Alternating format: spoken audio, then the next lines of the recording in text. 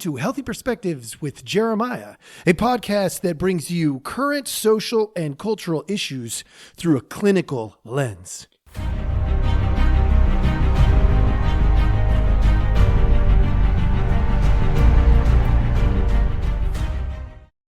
Hello, welcome back. And for those of you who are brand new, thank you for joining us. As always, we appreciate your time and we don't want to waste it. So let's get right after it. Today, I want to talk a little bit more about violence, and I'm going to do this in a little different way than I have recently. So hang on, let's go for the ride. We'll see where it ends up. Generally, I want to preface before I get going too far. Violence is generally not your best option. It is generally not a great idea. So why am I talking about violence today? Because there are exceptions. And here at Healthy Perspectives, one of the things that we want to do is make sure we don't dodge any of the really difficult conversations ever. I don't want to dodge them. I want to bring you real good therapeutic lens type content on hard topics, right? Therapeutically, I have firsthand seen the after effects of violence, where violence has led people down a path where they are now dealing with trauma, guilt, shame. It's a real ugly situation. And so for me to sit here and try to explain to you when it's an option is very difficult, because from a therapeutic lens, I've just seen so many times where it was used as an option and it was a terrible option. So keep that in mind. I am not condoning violence. I am simply trying to create the right conversation so that, one, we don't dodge hard things, but two, hopefully, maybe we walk away and we're asking better questions. When is it an opportunity to have a violent response to a situation, and that be not just something I can justify in my mind, but something that in terms of the way we interact with one another is a justifiable offense, essentially. So there we go. Set the table. Let's roll the dice and see where it takes us. Let's start with some low-hanging, easy stuff. At the home, you're in your home, you're minding your own business, you're going about your evening or your day or your morning or whatever, and somebody comes into your home. Is violence okay in that situation? I say this is low-hanging fruit because, obviously if your buddy comes in, no, don't attack them. But if it's a stranger, somebody you don't know, is it an option to be violent? And the answer, unequivocally, is yes. There is this thing called the Castle Doctrine. It's a legal, I'm not a lawyer, but it's legal stuff. Basically, it talks about how we have the right to protect our life and the lives of the others in our home with potentially deadly force when somebody comes in that does not belong. Now, is that the first thing you should do, is go straight to let's kill them? I mean, I guess it depends, but I would say generally speaking, no. Why? There's a bunch of reasons. Start with number one, what if they accidentally walked into the wrong house and you just open fire, start shooting at them, or you come at them with a knife? I mean, do you have the right to do that? Yeah, according to the law, but you're supposed to use somewhere between reasonable and deadly force. But what's reasonable when somebody comes into your home? So that's probably not your best bet. Your best bet would be warn them to get out. You entered the wrong house, please leave immediately. And if they then don't leave, it's different. But what if, they come in and they are armed? Do you need to warn them at that point? I don't know that I would. right? And according to the castle doctrine, we have the right at that moment. We observe a situation in our own home where somebody is there that does not belong and they are armed. I'm not going to be announcing anything. I'm just going to, I'm going to go into aggressive mode. And that's not because I'm a violent guy. I don't think that I'm a violent person. Can I be that way? In a situation like that? Yeah, I most definitely would be that way. Do I want to be that way? No. Here's the reason why. The flip side of that, let's say somebody invades your home and you kill them. Even though you're right, you still have to live with the psychological stuff that happens in your mind, in your heart, in your soul, that you took somebody's life. Even when it's justifiable, it still takes a toll. And so if there's another way, great, go to it. But if there's not, you absolutely 100% have the right to defend yourself and any of the others that are in your home against somebody coming into your home. Okay. That was the lowest hanging fruit. That's so that I can know I get one win out of this little discussion that I'm creating here. What about in the public domain? Is there a chance that there is a reasonable violence in the public domain? And the answer to that, also relatively low-hanging fruit. Notice I'm starting with smaller things. All right, I haven't gotten to the really big stuff yet, but the smaller things. You're in a public space. We'll say in the street, the sidewalk, you're on public land. Can you be violent? Well, it's not as clear in that domain. So there's a few factors that I would say. Number one is if your life is in jeopardy, in other words, somebody is attempting to kill you, then violence becomes an option. They would call that self-defense. But self-defense has limitations. You can only go to the extent necessary. Well, that is where a lot of question marks can come in. So, yes, you could be violent in a public domain as a self-defense, but only to the extent necessary. And then we enter that gray space of how do we know when it's necessary? Somebody looks at my kid funny. Do I have the right to beat them up? Probably not. I would say actually, definitely not. But if they come over and they grab your kid, it reaches a different threshold. Now the physical nature of the situation has been escalated and you have the right to respond for safety purposes, but only to the extent necessary to stop the aggression, the situation. And that gets tricky. All right, let's go on to some bigger versions of this. All right. We have, those of you who you have been with me a long time, this would be going way back. You know that I closely followed the Rittenhouse case. Now, I know I'm dredging up some old stuff for some of you. You're like, I don't really want to go back to this. But in the end, it was determined by a jury of his peers that he was innocent. Innocent. Now, there are many people who disagree. There were some questionable decisions on his part. Clearly, he went there. He was armed.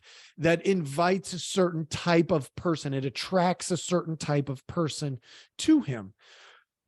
But once his life was in danger, he had then the right to respond in the manner in which he did, according to a jury of his own peers, which is the way our system in America works.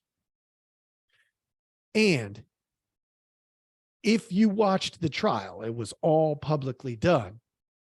They got that decision right. Whether you agree with it or not, whether you think he should have been there or not, taking into all of the accounts, the laws in the land, and his decision to act or not to act in certain circumstances. So legally, they got it right. He's innocent.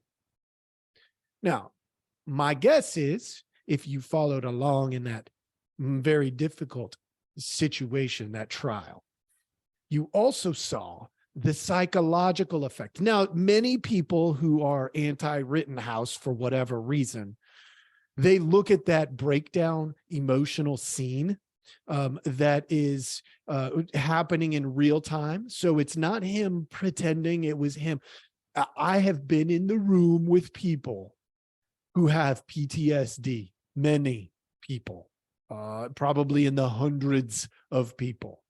And that is how it manifests.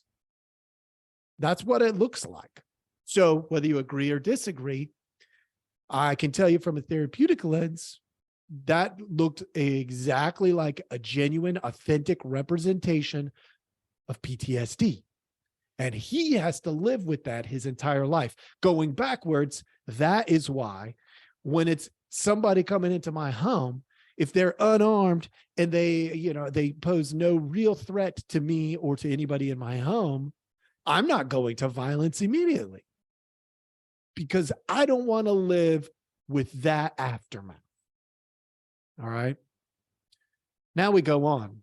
Now we get to the really hard parts, in my opinion, the really hard parts of this conversation. And for that, I'm going to pull up my handy dandy little phone where I took a few notes, and I'm going to go straight to the Declaration of Independence. The Declaration of Independence says, we hold these truths to be self-evident, that all men, and I'm going to add a little caveat here, and women, the old, the young, if you are a citizen of the United States, you fall into that men category, all right, are created equal, not the same, but equal in terms of God-given rights. They are endowed by their creator with certain inalienable rights, that among these are life, liberty, and the pursuit of happiness. Now, I want to emphasize life. If I take somebody's life, it can only be under the circumstances that it was me or them. According to what I just read you, the Declaration of Independence says, we have the right to life, liberty, and the pursuit of happiness. And life means you have the right to life just as much as me. So the only time I should ever impede in that is if my life is in imminent danger, period. Liberty. This is where it gets tricky. Liberty is what we would generally term freedom. So I have the right to freedom. And freedom could mean, so this could be interpreted, that means I can be violent whenever I want. Nope. Let me be really clear. I mean, do you have the option? Yes. Will it come with consequences? Yes. So, yeah, of course, you could choose that, because here we don't run around in shackles and chains. And, we have the, like, I could get up right now and walk away from this recording. I mean, there's so many options. And the beauty of that freedom is the limitation of that freedom, which means I have to use reasonable decision-making, because reasonable is what would happen if I were, say, on trial for taking violent acts to your door. I would have a peer trial, a group of people who, would take a look at the facts, take a look at the laws, and make a decision if that was reasonable violence. because until it is a reasonable response, it's not acceptable. Just plain and simple, it's not acceptable. All right. So then I go, all right, that's good. It's good. Like, all right, we're getting some complicated stuff here. How about we look at something that Alexander Hamilton said? And this is kind of a big deal. It's in the Federalist paper. He did the Federalist paper. Well, a bunch of them, most of them, to be honest, came from Alexander Hamilton. And number 70, there's a few lines in there. I'm going to read them to you. Energy in the executive is a leading character in the definition of good government. In other words, the executive branch has got to do one hell of a job for you and for me. They have to. It says that right there. It is essential to the protection of the community against foreign attacks. Okay, that's good. That's why, the president is the chief. He oversees all the military operations. So that's good. It is not less essential to the steady administration of the laws. Now, there are some question marks going on in that, but I'm not talking about that right now. Just keep that in mind for maybe a future podcast. To the protection of property against those irregular and high-handed combinations which sometimes interrupt the ordinary course of justice. Whew, that's a mouthful. To the security of liberty, there's that word again, liberty, against the enterprises and assaults of ambition, of faction, and anarchy. The executive branch has a responsibility to put in their place, at least in communication, like through, say right now, it would be through somebody like Kamala Harris, or, there's a whole bunch of people in the executive branch that could be the mouthpiece at any given time. Right? Kareem Jean-Pierre. And the role, let me reread that part at the very, very end again. The role is against enterprises and assaults of ambition, of faction, and of anarchy.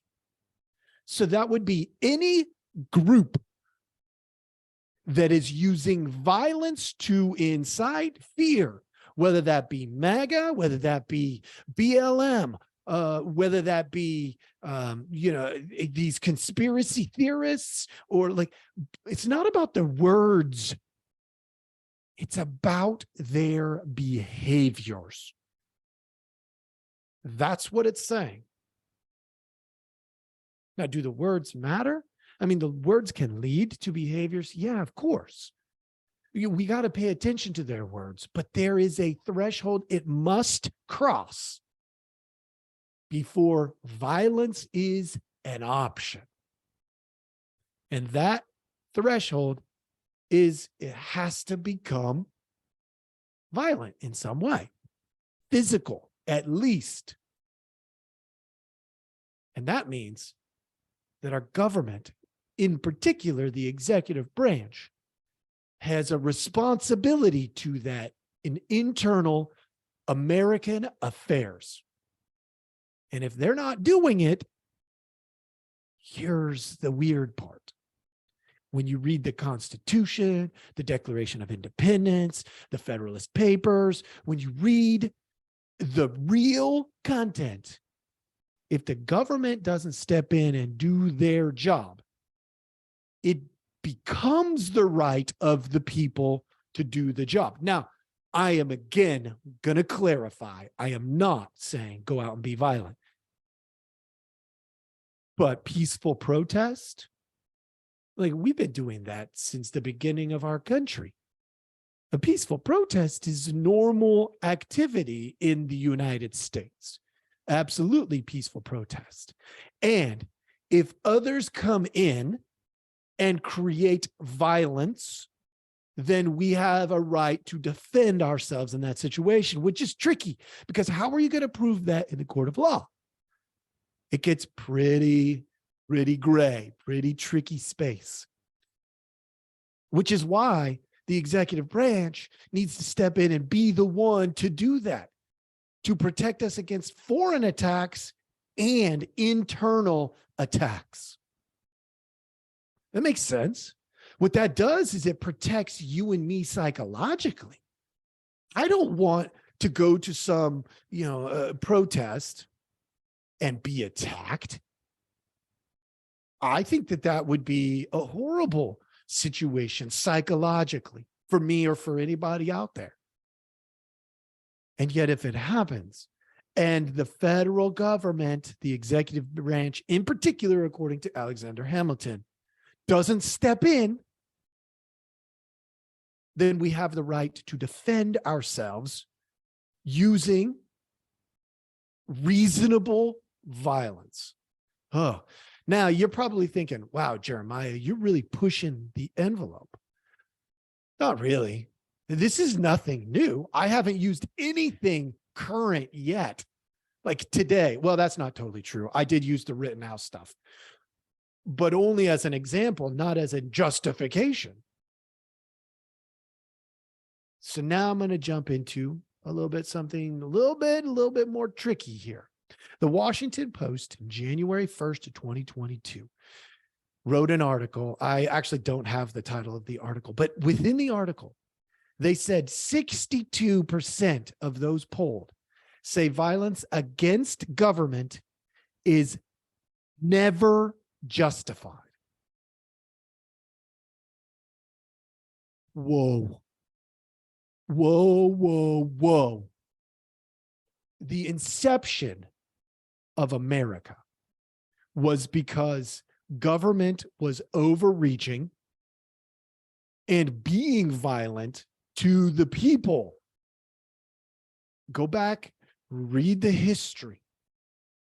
So my question is, well, first of all, I don't know the accuracy of the poll, but how is it even possible to do a poll in the United States and get 62% of them to say that it's never justified to be violent against government? Now, I'm not suggesting we need to be violent against government. And maybe I would fall close to that never category. But it's not a never, and it can't be a never in the United States. When I was in the Marine Corps, I defended the rights for people to protest peacefully and say really dumb things. And that was okay. Why? Because the moment that we put 100% of trust into our government is the moment we become a dictatorship. Here, let me flip this on you and just consider this. Just consider this. Again, no way am I saying go be violent, and then no way am I saying go be violent to the government. But take a listen to this. Let's assume for a moment that was true, that we should never be violent towards the government. And let's say something really weird happens and the government decides the president can serve for their entire life. Now, there's a lot of things that you would think would stop that, but just play along with me for a second. Because this path that we're going down, it could lead to some group of people really forcing that issue.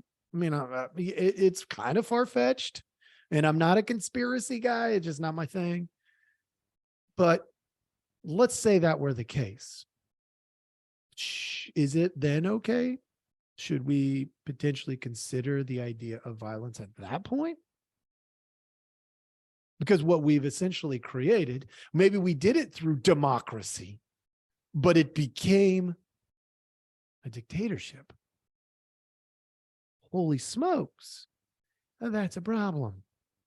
And in a situation like that, which is why in the Declaration of Independence, it suggests that there could come a time to overthrow the government. Now, this is not that time, at least from my perception, but like, I'm a therapist. I'm just a guy talking about the violence piece of it. All right. From a therapeutic lens. Yes, I'm branching into all these really complex parts of it. But let's play it out. Psychologically, we now have a situation where we can't trust the government because they have too much power. It is not divided three ways with the way that the original Constitution was written. It has now become more of a dictatorship. And that is not who we are, at least who we have been. And some people might argue, well, maybe we should. I don't support that. That's not something I would ever vote for. But there could come a time where my vote really doesn't matter. And I don't trust the government. Now, I wouldn't go to violence first, but is it increasingly an option if the government can't be trusted? It is increasingly an option at that point. Of course, once all the other options are used up and not effective. So let's paint it like this. If we went down this path and truly 62% of those polled really believe never be violent against your government, which I generally fall close to that, but it's not a never for me. Because oppression can come from that, right? We've seen that in every single culture since the beginning of time, as far as we know it. Every written culture. We would essentially be saying, if we could never be violent against our own government, then our government should never be violent against, I don't know, Putin in Russia, China, any other, nation that incites violence against us. We should not respond in kind. We shouldn't. Why? Because we are not a government for the people. At that point, it's not for the people. The people don't trust the government. It's a government that says, well, let's just get in bed with whoever we want. I'm going to buddy up with this nation that is clearly corrupt, and I don't care. Why? Because my people cannot be violent against me. There is no threat. I get to sit up here and I get to be almighty. And the little peons down there, they could never rise up against me. I just flipped the coin. And I did it because I just want you to consider, could there come a time where violence is an option? I mean, I could foresee that. I don't think we are in it. And I'm not condoning it. Even that would have psychological, sociological, and some serious cultural effects. The last time something like that happened, we had a civil war.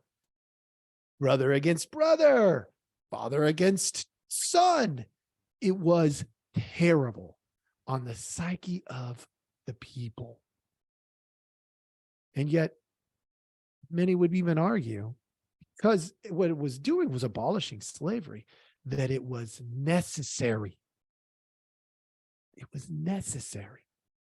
That's kind of a weird thing to think, that violence could, in certain circumstances, be necessary. Now, here at Healthy Perspectives, I just want to reiterate a couple of things. One, I'm not condoning violence. I know I've said that many times, but I don't want there to be any confusion. What I am saying is, there could come a time where violence is the best option. And we can't be naive to that. Not only that, but there are psychological, sociological, cultural, spiritual consequences should it ever escalate to that point. No matter how you want to paint it, no matter how justifiable it is, it will have long-lasting impacts on individuals, groups, and the American culture should violence ever become the best option. With that, my hope is I'm leaving you with lots of questions, many less answers, because what I'm trying to do, remember here at Healthy Perspectives, is help you look at things differently. Challenge your thinking, challenge your processing, and poke holes in those biases and those blind spots that you and I carry on a regular basis. Thank you so much for joining us. I hope you have a great day.